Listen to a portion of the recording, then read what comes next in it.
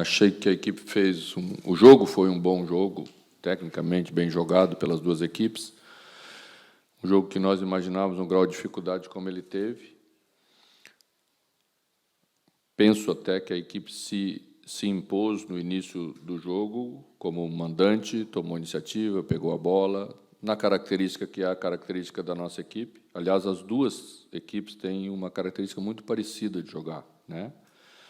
Que é em transição, ataques rápidos, e a gente iniciou bem o jogo, retomando a bola, chegando pelos dois lados.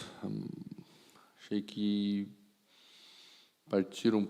Primeiro, achei que foi pênalti o lance da bola que bateu na mão de Lucas, porque, para mim, aquilo com o braço daquela altura não é posição normal em lugar nenhum, mas um dia é um critério, outro dia é outro critério.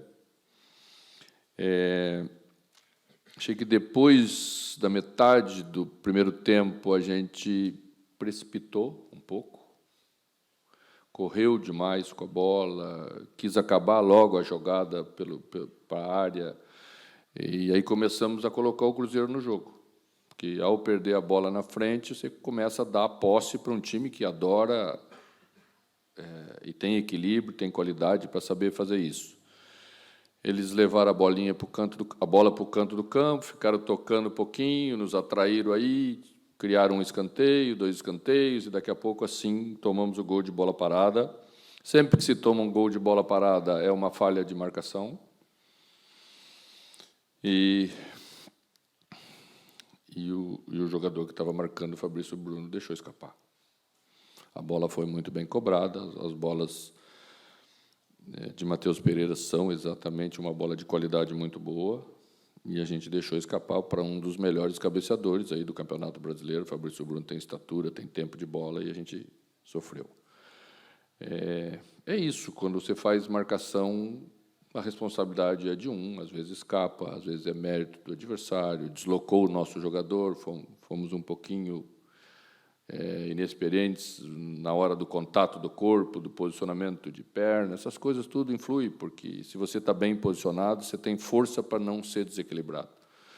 E fomos desequilibrados com facilidade. Mas a equipe quase empatou logo depois, ainda no final do primeiro tempo, 2, 3 chances. Tivemos uma chance incrível com o Edenilson, né, no chute de João. A bola não quis entrar em determinados momentos, até na última bola do jogo, com o André. Sempre não quis sobrar para a gente essa bola que pererecou aí. Tá? Mas a equipe teve brio, lutou, se entregou como tem que se entregar. Não fez o resultado porque estava diante da terceira melhor equipe do país, do Campeonato Brasileiro, e ela se aproveitou e criou a chance para nos ganhar. Também se perde assim, também se ganha assim.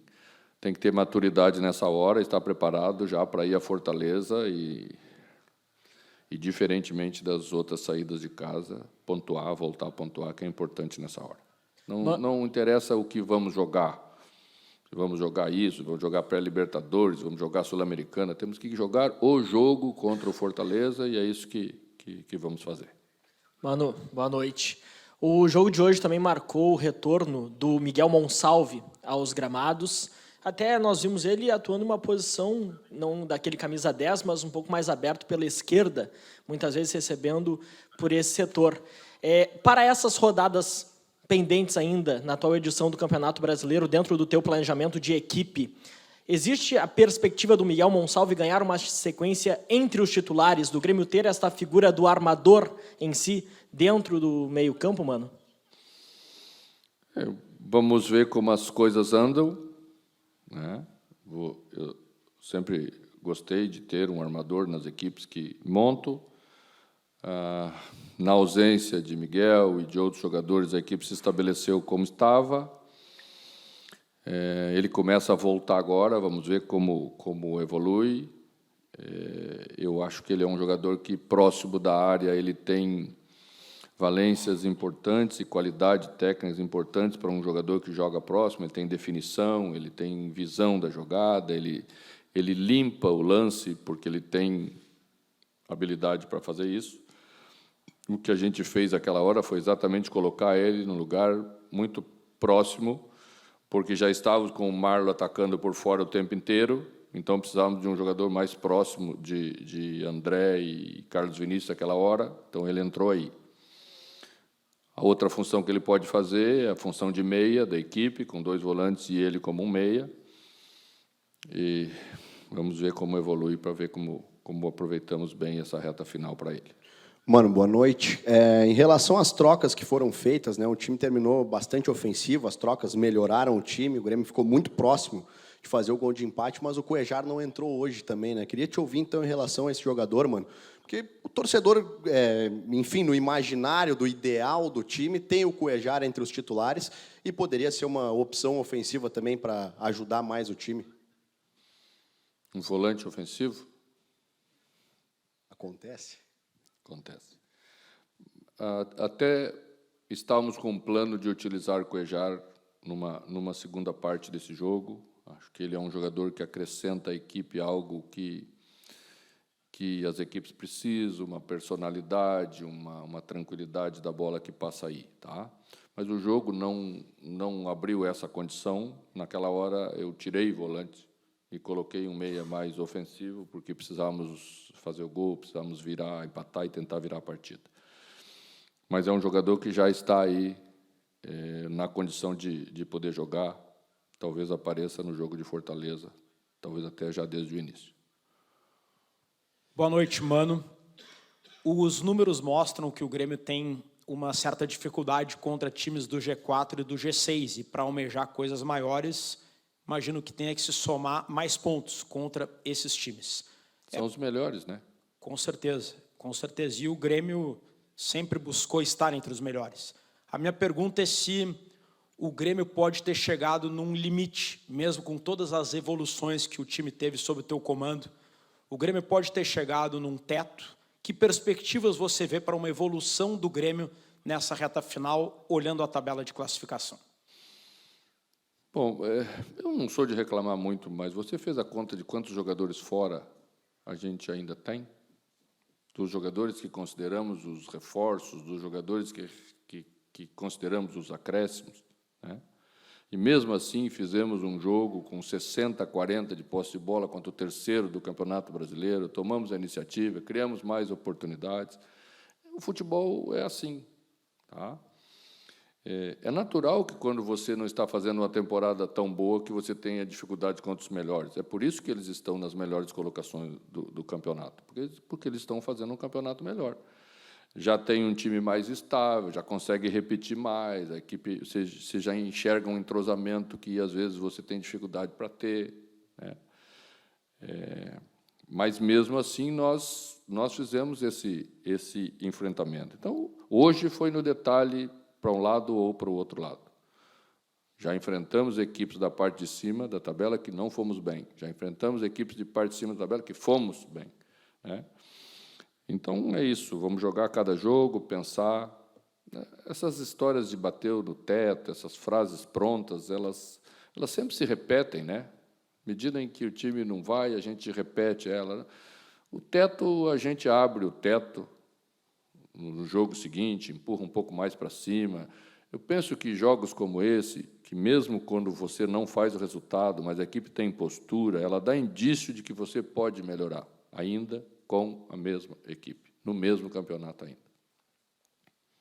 Mano, a partir desses últimos resultados e do histórico do Grêmio nos jogos fora de casa, tu já anunciou praticamente uma mudança, que é o Cuéllar. Farás mais... Não anunciei. Mas pode ser que sim, pode ser que sim. Pode. Serão mudanças por questão física, daqui a pouco porque tu já vê um comportamento coletivo da equipe que permite colocar outros jogadores com uma outra qualidade, mas com outro perfil de competitividade. Talvez seja isso que o Grêmio precise para, no momento de chegar na frente do gol, essa bola entrar. Como é que tu vai trabalhar essas próximas rodadas, principalmente, pensando que o Grêmio precisa voltar a pontuar, porque quando tu fica muito tempo sem pontuar no Campeonato Brasileiro, as coisas se destranquilizam, e o Grêmio parecia estar tranquilo na competição.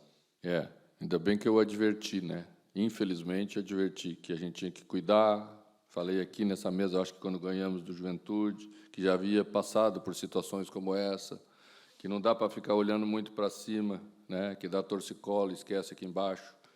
É duro, o campeonato é duro, é muito difícil, não pode parar de pontuar rodadas seguidas, porque aí as coisas voltam para o lugar onde estava e a gente não quer estar aí. Tá? Será um jogo muito difícil em Fortaleza. Vocês viram que o Fortaleza já está jogando melhor, né? Ganhou do Flamengo recentemente, fez um jogo no segundo tempo contra o Cruzeiro que eu assisti, que dominou amplamente o Cruzeiro no Mineirão, embora tenha perdido, né? Então, já temos mais um adversário para enfrentar no lugar onde sempre foi difícil jogar.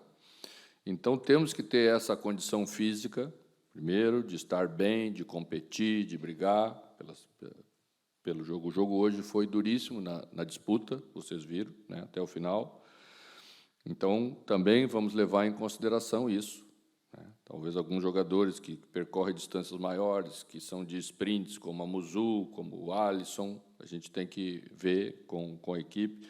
Achei que Carlos também sofreu um pouquinho hoje, numa falta de uma explosão maior, às vezes de um detalhezinho da jogada.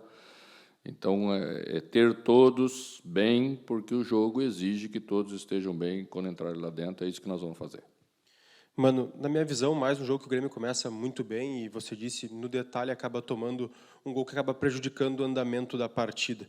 Dentro disso, o que seria esse detalhe? Uma falta de atenção, um relaxamento, ou até uma questão física, onde o Grêmio não consegue manter o ritmo dos primeiros minutos para o restante do jogo, que tem prejudicado para que o Grêmio mantenha essa rotação que começou o jogo hoje durante os 90? Não é questão física, é questão de maturidade de equipe. Você não pode jogar o jogo só daquele jeito, tá? Principalmente contra um adversário dessa qualidade. Então, você começa a ter o volume, está chegando lá toda hora, você nem sempre tem que tentar acabar a jogada. O adversário está bem posicionado, vamos rodar a bola mais um pouco, vamos trabalhar um pouquinho do outro lado, vamos encontrar um espaço melhor, vamos continuar com a bola, porque aí você respira. Respira para não entrar naquele estágio de jogo lá e cá, porque teve uma hora que eu olhei, os dois médios nossos estavam se recuperando do pique lá na frente ainda. Então, não pode ser assim. Isso é maturidade de equipe. Nessa hora, acalma, segura a bola, roda um pouquinho, respira de novo, recupera, para ir fazer o que tem que fazer. Equipes maduras, elas sabem se comportar bem com esses momentos do jogo. Você está jogando contra uma grande equipe, não vai ser só você que vai ter bons momentos, eles também. Na hora dos bons momentos deles é que você tem que estar bem organizado, tem que estar recuperando nessa hora para depois, nos teus bons momentos, tu estar forte para decidir. Começa a bater lá e cá, às vezes até a própria jogada ofensiva, tu ainda está ofegante, não consegue raciocinar direito, não acaba direito. Não se faz gol de qualquer jeito, né, na turma da parte de cima, né? É outro nível de adversário, exige outra postura, e é isso que a gente tem que saber fazer. Mano, boa noite. Agora, faltando um mês para o final do campeonato, né, 5 de novembro, os jogadores estão extenuados, vocês também mentalmente estão desgastados de toda a preparação das partidas, de pensar.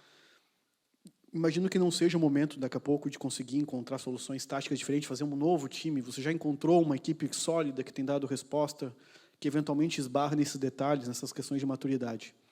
Te pergunto, então, se daqui a pouco a solução para dar esse salto, essa diferença que às vezes acontece da bola ficar próxima, mas não entrar, daqui a pouco é aguardar pelo retorno dos jogadores mais veteranos, que são esses reforços tão importantes como o William, Marcos Rocha, ou daqui a pouco realmente é o momento que não tem mais o que fazer nesse momento da temporada, de tentar encontrar fazer uma nova formação tática, tentar uma nova coisa, porque não é uma sequência difícil.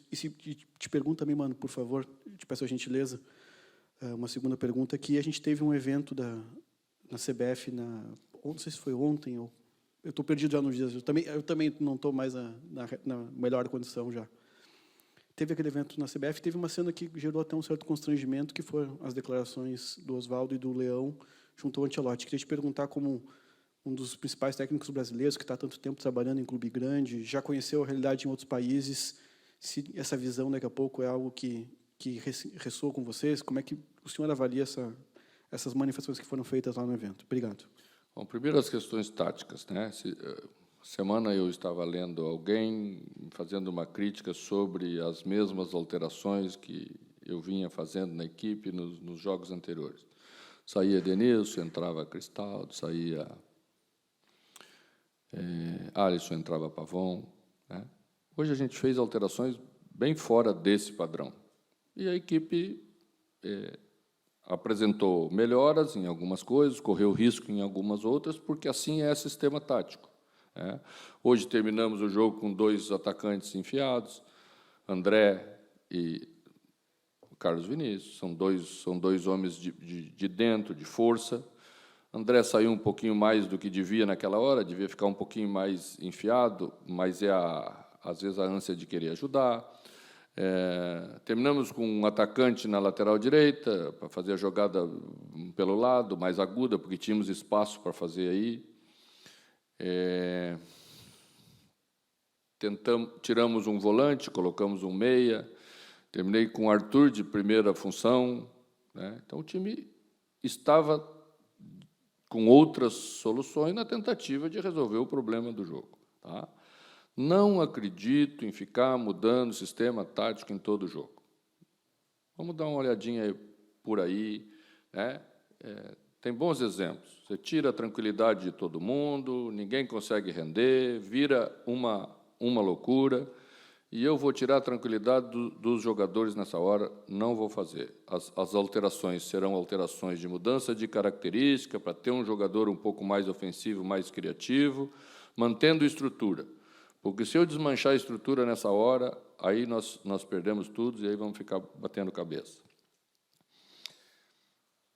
A questão do fórum, bom, eu tenho 63 anos, sou considerado já um pouco da velha guarda. Meu falecido pai, Omar de Sá Menezes, me ensinou desde pequeno o seguinte, que sempre que convidávamos uma pessoa para ir na nossa casa, nós tínhamos que tratar com respeito. E isso vale para a minha vida, é o que norteia. Se eu convidar alguém, você pode ter certeza, pode ir tranquilo na minha casa que nós vamos te respeitar. Não vamos discutir coisas que não é de discutir. Podemos ter opiniões divergentes, mas vamos conversar sobre elas no lugar certo e não na hora errada. Porque eu penso que, por mais certo que você esteja, se discutir na hora errada e de maneira errada, você perde todo o direito. E ficou muito feio para a gente. Pelo menos esse é o sentimento que eu levo desse episódio. Ficou muito feio para todos nós, treinadores brasileiros, porque aí todos nós vamos ser colocados no mesmo saco. Então, a discussão passa a ser, não, porque são recalcados, porque são piores, e eu não dei procuração para ninguém falar em meu nome. Então, vamos deixar a declaração para as pessoas que foram responsáveis pela declaração. Não tem porta-voz, ninguém fala no meu nome, não está autorizado em falar em meu nome. Cada um responsável pelas coisas que fala, mas acho que o episódio ficou muito feio. Mano, o Grêmio já apresentou um melhor futebol no campeonato com esses mesmos atletas. A tua visão do que tu espera taticamente para a equipe, tu já deixou bem clara várias vezes. Parece que o Grêmio entrou numa curva decrescente, de que dentro de uma mesma partida tem momentos bons e aí depois sucumbe. Não sei se algo psicológico acontece no jogo que faz com que pare de acertar o que acertava antes. Tentando buscar uma resposta, se tu tem ela, já pode nos dizer, mas se for algo psicológico, como melhora esse time psicologicamente? Porque treinado, o jogo contra o São Paulo, por exemplo, mostrou que esses mesmos 11 aí, parecido, né, fizeram uma boa partida. E como não repetir? A gente nunca sabe que Grêmio esperar, né? Como que vai jogar. Não sei, é só uma sugestão, não é uma afirmação, se o âmbito eleitoral acaba entrando no vestiário eleitoral do Grêmio, no caso. Não entra. A gente não respeita o clube, suas instâncias, mas não falamos sobre isso dentro do nosso dia a dia. Isso é um assunto que, né, pertence ao lugar onde ele é importante no clube. Segundo aspecto, não acho que seja psicológico. É futebol, é um jogo. Né? A cada 90 minutos que entramos, preparamos, e o adversário prepara aquilo que pensa do outro lado. E as duas equipes se enfrentam. Uma faz melhor, outra não faz tão bem. Né? E, às vezes, o fato de você fazer melhor certamente interfere naquilo que o adversário pode ter como dificuldade. Jogos como o de hoje, na minha opinião, não teve a equipe se abalando por isso ou por aquilo. Em nenhum momento eu senti a equipe abalada. Né? Ela encontra as dificuldades que o adversário impõe pela qualidade que tem. É mais difícil entrar na defesa deles, eles se defendem bem, eles se defenderam melhor, talvez que o São Paulo se defendeu aqui, deu menos espaço, a gente tem que encontrar outras soluções. O que para mim, fica bastante claro nas análises que faço desde que estou aqui, né? Com menos espaços, temos mais dificuldade. E é bem óbvio e fácil de entender por que vocês são inteligentes, você sabe. Por isso que a escolha ainda é para um time de mais transição, de característica, porque é mais seguro para a equipe fazer a reta do campeonato como está aí. Assim fizemos as vitórias, assim fizemos os pontos para sair do primeiro sufoco e obviamente, tem a ver com aquilo que tenho à disposição, com os jogadores que tem, por a característica que tem. A gente não pode, a cada jogo, querer fazer uma tragédia. São jogos. Né? O jogo de São Paulo, por exemplo, com o Corinthians, onde ele se estabeleceu na diferença, no acabamento final. O jogo, no resto dos números, foi um jogo muito parecido, né? Para lá e para cá.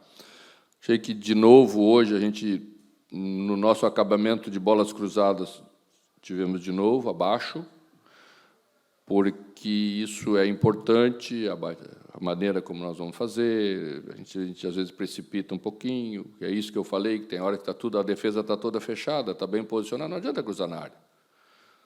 Tem que rodar de novo, tem que escolher espaço. Essa é a maturidade que a gente trabalha, aprende-se num jogo como esse, porque esses são fatos relevantes, mas a equipe está com o comportamento bem encaminhado. As dificuldades que ela está tendo são de outra ordem. Boa noite, Mano. Mano, o artilheiro do Grêmio na temporada ainda é o Bright White, com 15 gols, ele não joga desde setembro, e 6 desses gols são lá do Gauchão. O segundo da lista é o Carlos Vinícius, já com 6 gols em 9 jogos. Você não sente falta no time de jogadores que façam gols, que tenham faro de gol, porque a gente não consegue ver outras alternativas, né?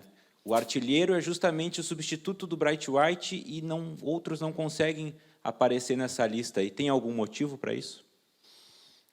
Eu tenho muito cuidado para falar sobre isso, porque pode parecer que eu estou transferindo a responsabilidade toda para os jogadores e eu não sou de fazer isso. Eu acho que existe um somatório das questões quando uma equipe tem mais ou menos dificuldade para fazer gol. Primeiro é o volume de chegada na frente e criação, que penso que melhorou bastante nesses jogos. Hoje, por exemplo, fez o suficiente para marcar gol. Não fez o gol por esses detalhes que, né, alguns até incríveis, como o lance do Edenilson. Esse tal de faro aí que tu fala, custa caro. Custa caro. Tá? E, por isso, a gente foi buscar jogadores como o Bright White, o clube investiu bastante, infelizmente perdemos num momento importante. Fomos buscar o William, fomos buscar Carlos Vinícius, Alisson vai fazer alguns gols importantes e já fez alguns gols importantes, André fez alguns gols importantes, né? A Muzu já fez também. Então, é isso. Né? Acho que tem equipes, certamente, que investiram menos dinheiro em seus atacantes e fizeram mais gols do que nós. Então, é um somatório de tudo isso que a gente estava falando.